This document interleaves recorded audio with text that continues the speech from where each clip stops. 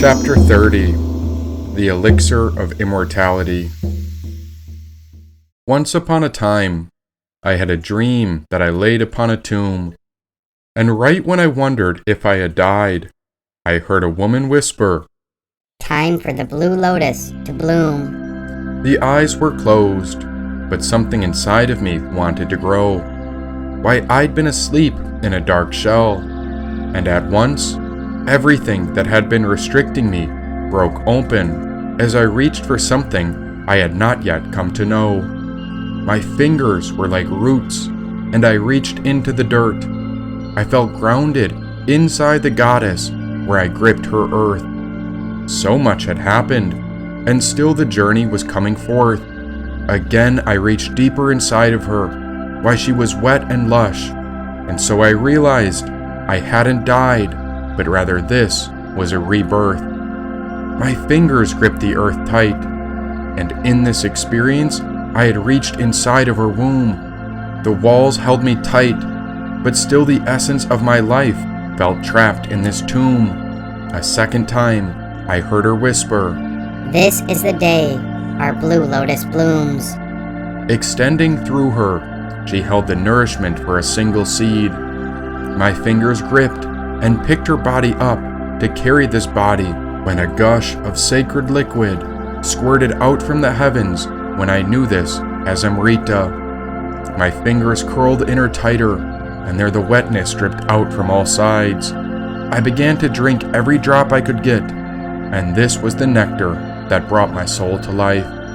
Some call it Soma, others call it the Elixir of Immortality, and now her earth began to quiver and shake as the sacred gush poured out over me. Covered in the nectar of the gods, my soul began to sprout and grow. From asleep and unconscious, I was waking up to the unknowable. As I emerged out from that prison, I left the confines of a tight shell. Reaching up to the heavens, I grew out of the underworld and its hell.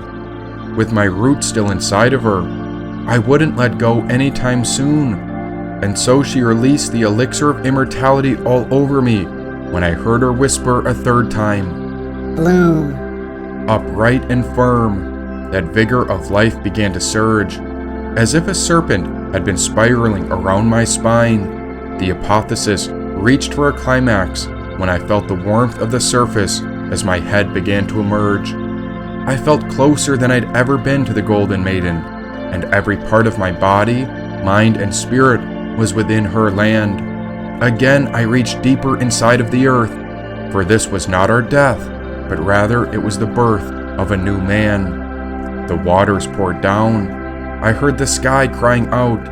The sacred elixir was released from her heavens as the miracle of life poured down. Awakened in her energy, the only way was up, and the more I pulled myself up through the earth, the more her feminine energy would erupt. Every inch took me further, and as I squeezed her tight, I felt her holding on. At home in the earth's body is where my soul belonged. A sacred marriage, a joining of two halves, the peace and bliss that all beings crave. This was union at last. I felt her earth squeeze me tighter than before, and so my roots held on. She pushed me to the brink with her, and together we reached up towards the dawn. When we touched the spiritual light, bliss exploded. My head reached above the earth and water, and there I opened my eyes when the lotus opened. Without suffering through the mud, we cannot find the celebration of the lotus. I had been planted within her land all along, and her within me. This was our apotheosis. My eyes scanned the wilderness, for the bloom had me resting in the muck above a marsh. They tried to bury me, but like a seed, a great blossoming had come forth. Their trees and birds were around me, and there in the distance I saw a red kingdom. I felt her whisper through the wind, and so I heard the voice of the Golden Maiden. "I want to lose myself in the music and give my soul to the art. Forget that I have a name and become the queen to the true king of the beauty that is found within the heart." She said, they had given me a human body. Yes, I had a vehicle to move across this earth, yet I was a spiritual soul that had become embodied, aligned with a higher self, and if there was a poison within me, then it could no longer cloud the mind. Why, I was awake and aware, since I had opened to the possibility that all life is divine. It's not happening to me, but rather it's happening for me. And so I began to see that even the terrible labyrinth I'd found myself in was a maze trying to set us free. Why, through the journey, I'd become a creature or a beast, and by enduring the depths of the darkness, there new powers emerged that I could access and unleash. My toes were rooted in the muck, and the peak of my mental state had become a lotus. Now a moment later, I imagined myself as a serpent in this marsh, and there I placed my mental focus. Within the blink of an eye, I was swimming from side to side. My body took the form of a great snake, as I had gone through some sort of metamorphosis that I could barely describe. Consider this: everything in the universe is energy, and this energy functions like a magnetic force, drawing in what we focus on. All physical objects originate as energy before taking material form. Material and energy are not separate, but two sides of the same coin, linked within the cycles of creation. The moment I touched land, my mental energy thought of a wolf. Then a moment later, I was sprinting with gray hair upon all fours. May the powers of good never succumb to the powers of evil. May true love surpass all wickedness, so that this land will flourish with prosperity and wisdom.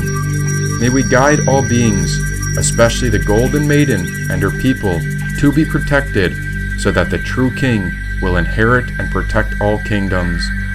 In the first kingdom, we must learn to control the powers of the physical body. Here we exist within the material world, whereas in the second kingdom of the mind, we must learn to navigate the chaos of the mental space that always seems to swirl. By surrendering and letting go, we're able to release all attachments, and like a river, we let it flow. Now I found myself in the third kingdom, and it was red like blood. And of course I was eager to see the Golden Maiden, but there was something that my soul knew had to be done. Why, it seemed the world was at war. But what for? How much time had passed, and how much more could this world endure? As I ran across the lands, I found famine and disease, while cities were filled with violence among all sorts of atrocities. I recalled how the Golden Maiden said that in 7 days she was to be married. Each night an act of devastation would fall upon the earth. Why, time on the earth operated differently than in the mental realm versus the physical reality. But how long had it been since my return? And how has the world gone wrong? As I spoke it out loud, there fell a book from the heavens. It was clear now I was beyond the second kingdom. Why, I had entered into the realm of spirit, which was the Red Kingdom. The cover of the book said Enoch, and it looked old, as if it had been overlooked. And so I turned the pages and began to reveal the answers that were concealed within this book. There I saw that Noah's lineage ran through Enoch. Why, Enoch was his great-grandfather, and this ran all the way back to Adam. Enoch's book was excluded from the Bible, but why would they ignore his testament? And as I read, I began to understand. The book of Enoch was also called the Scribe of Judgment. The book of Enoch contained unique material on demons and Nephilim. It showed why the flood of Genesis was morally necessary. It spoke to why some angels fall from heaven and went deeper into a prophetic exposition of the 1,000-year reign of the Messiah. The book of Enoch expounded upon dreams, visions, and how he traveled through a triangle-shaped portal into heaven. The book spoke of Sheol, or the underworld, and the names and functions of the archangels, which numbered 7. He wrote about astronomical secrets, the anticipation of judgment, repentance, and the victory of righteousness. The book of Enoch had 5 distinct sections. First, the book of Watchers, the book of Parables of Enoch, the astronomical book, the book of dream visions, and the epistle of Enoch. After I read and read, I saw something quite interesting. It was a certain word that was taken out of the modern-day Bibles, and there I read how this word was called Nephilim. You probably haven't heard of this word, because why would you? And what happens when the spiritual leaders edit the scriptures? Is it for control of what their ego claims as the truth? Nephilim are mysterious beings or people in the Hebrew Bible who are described as being large and strong. The Hebrew word for Nephilim is sometimes translated as giants, but it also has taken meaning as the fallen ones. What was this meaning of fallen? Could it have been that they had fallen upon the enemy? The Nephilim could also be regarded as the violent ones, or as the protectors of God's eternity. As I looked through the Bible, I saw that the Nephilim appeared in Genesis chapter 6, where it states, "The Nephilim of old lie within the warriors who descended to the underworld with their weapons of war. They placed the sword beneath their heads and their shields upon their bones, for the terror of the warriors was laid upon the land of the living." I began to wonder about the Nephilim and how they may have been flooded out of the world. But now that humanity had brought itself to the brink of extinction, I began to wonder if the Nephilim were needed. Not much can be truly known about the Nephilim, other than scattered opinions, largely based upon fears of mortal men. And so when I examined mythology, I found that these Nephilim were the offspring of 3 great stars called the Belt of Orion. These Nephilim taught advanced technologies to mankind, but I could not understand what led to their destruction. They were known to be giants, maybe large enough to construct the Great Pyramids. Some religions will tell you to stay away from the Book of Enoch, and that is precisely why we cannot. Look at the present state of our world as it's falling apart because of the wisdom that has been lost. Truth is the way, but it is not known to the body or the mind. It is the way within the spirit that we are meant to find.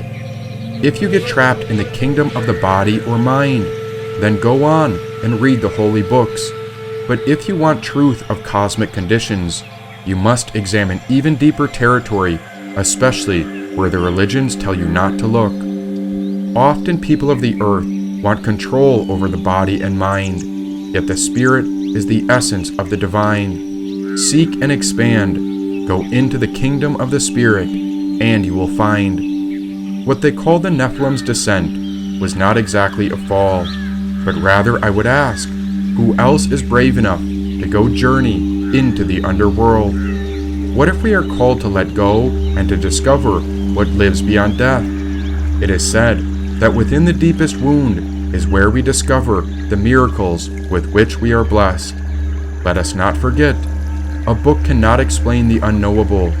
Even as a writer may try, there are lessons that only the Spirit can reveal and attest. There are celestial secrets, but was it man or the angels that misused this wisdom? And so as I look at the world, I began to realize that it was mankind who seemed not to care or listen. Now I can't tell you why I have horns, or how my life and spirit has transformed. I cannot tell you much about who the Nephilim were. The same way, it's impossible to help anyone understand the truth about a unicorn.